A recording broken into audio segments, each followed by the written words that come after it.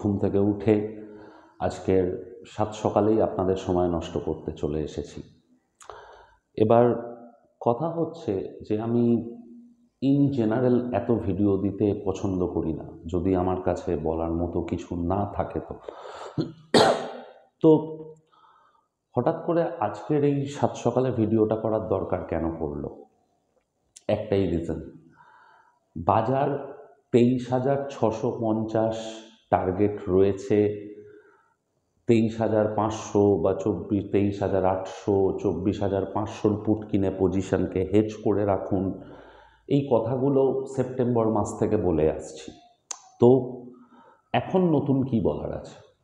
প্রথম জিনিস হচ্ছে যে কালকের হঠাৎ করে হোয়াটসঅ্যাপে মেসেজ ঢুকতে শুরু করে যে বাজার তো আরও 20% কারেকশান করবে বলছে, সব কি তাহলে বেরিয়ে যাব, সব বেচে দেবো? মানে কি বলুন তো, প্রত্যেকের প্যানিক বাটনটা ট্রিগার হয়ে গেছে।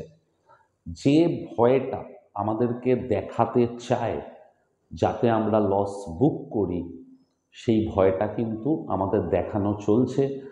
আর প্রচুর মানুষ কোনো না কোনোভাবে ভয় পেয়েও গেছে। হয়তো তারা আজকের তাদের শেয়ারপত্র বেচেও দেবে।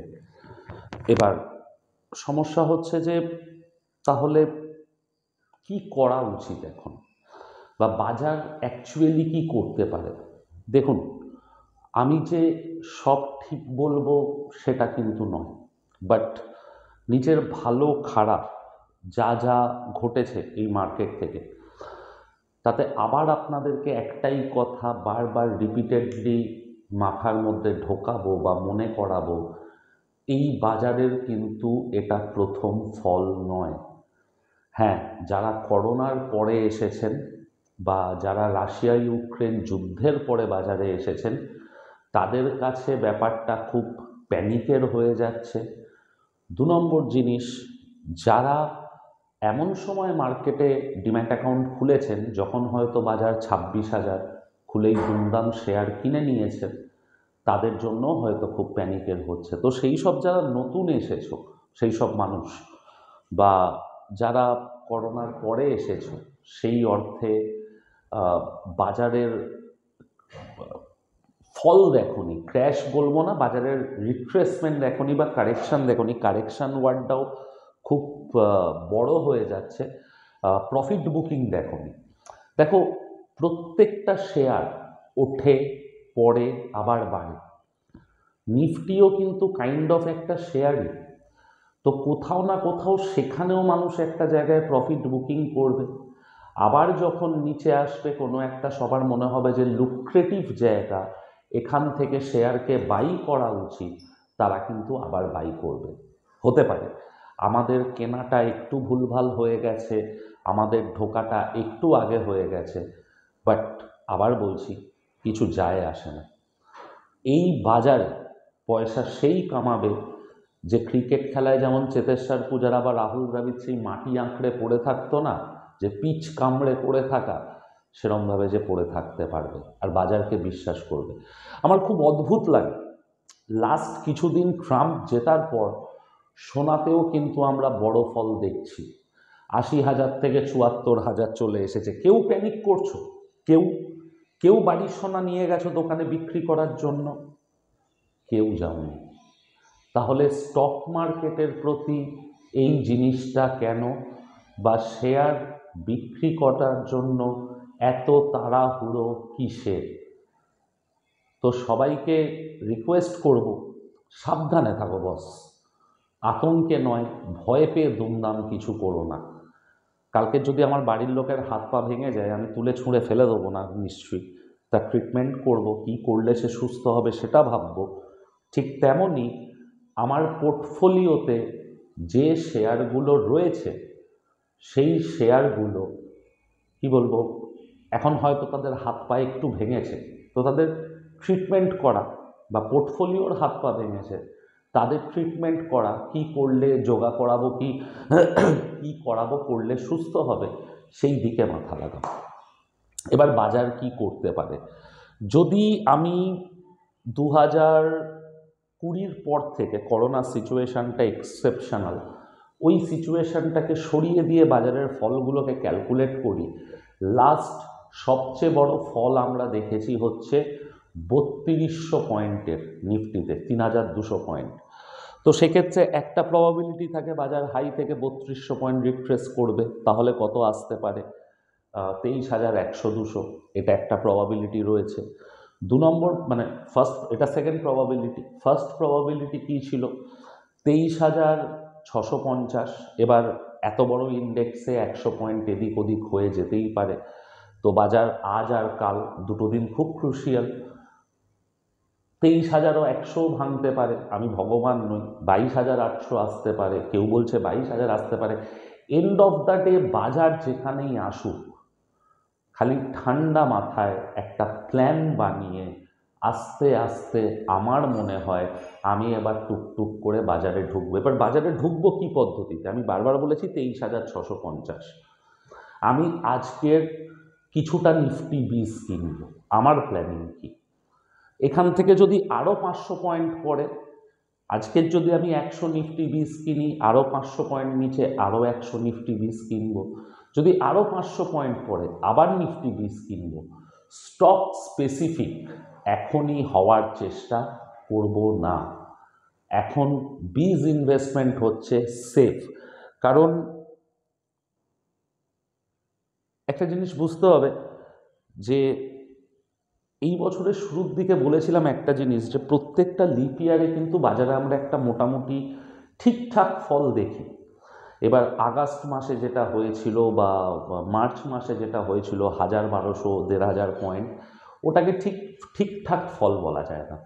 বাজার মোটামুটি 14.5% কারেকশান করলে ফিবোনাচির নতুন যে রেশিও অনুযায়ী, তো তাহলে আমি বুঝবো যে বাজার একটা ঠিকঠাক কারেকশান করেছে বা ঠিকঠাক প্রফিট বুকিং হয়েছে।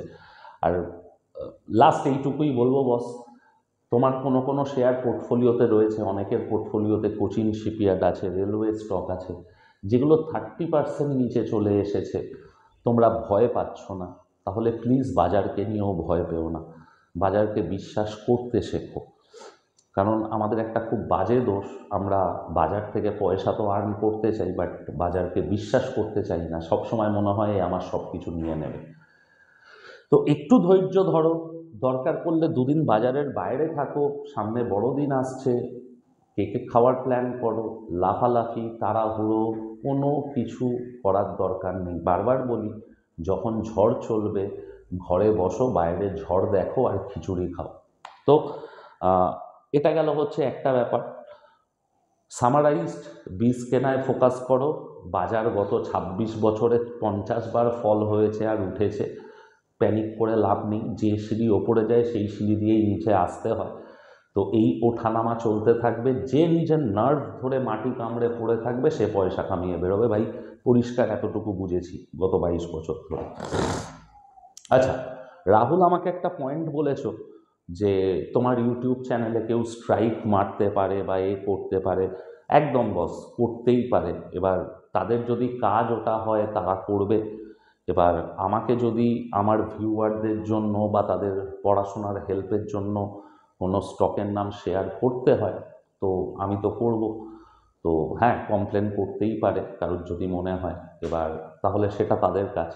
আজকের আমিও মাথা লাগালে অনেক চ্যানেলের পেছনে, বাট এটা আমাদের কাজ নয়। আমাদের কাজ হচ্ছে যে যারা সেই সময়টা স্টক মার্কেটে দিতে পারে না, কিছু শেখানোর কথা বলবো না, বাট নিজেদের দেখা পাস্ট এক্সপিরিয়েন্স থেকে সেগুলোকে একটু শেয়ার করা, যাতে তারা প্যানিক না হয়ে শান্তিতে বাজারের ক্যারেক্টারটাকে একটু বুঝলে তাদের যদি একটু হেল্প হয়। আমরা কেউ ড্রাস্টিক্যালি সিনারিওটাকে চেঞ্জ করতে পারবো না, বাট একটু যদি হেল্প হয়।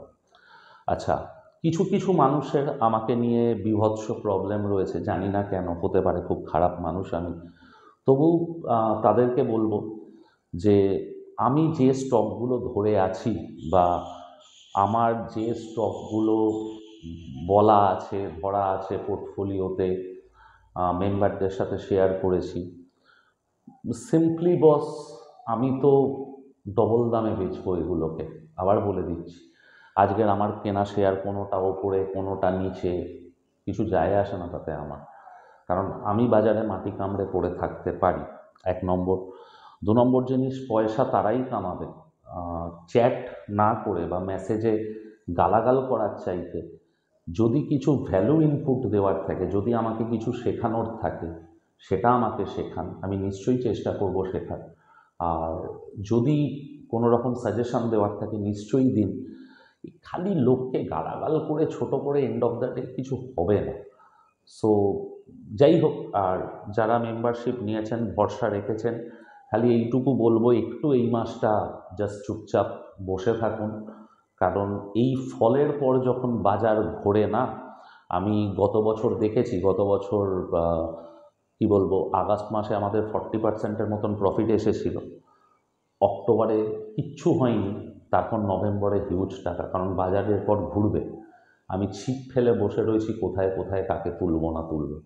তো প্লিজ যারা মেম্বার, নিশ্চিন্তে আমার সাথে বসে থাকুন। তারা গত 2 বছর 3 বছর ফলো করেছেন আমাকে, মানে রিয়েলি থ্যাংক ইউ।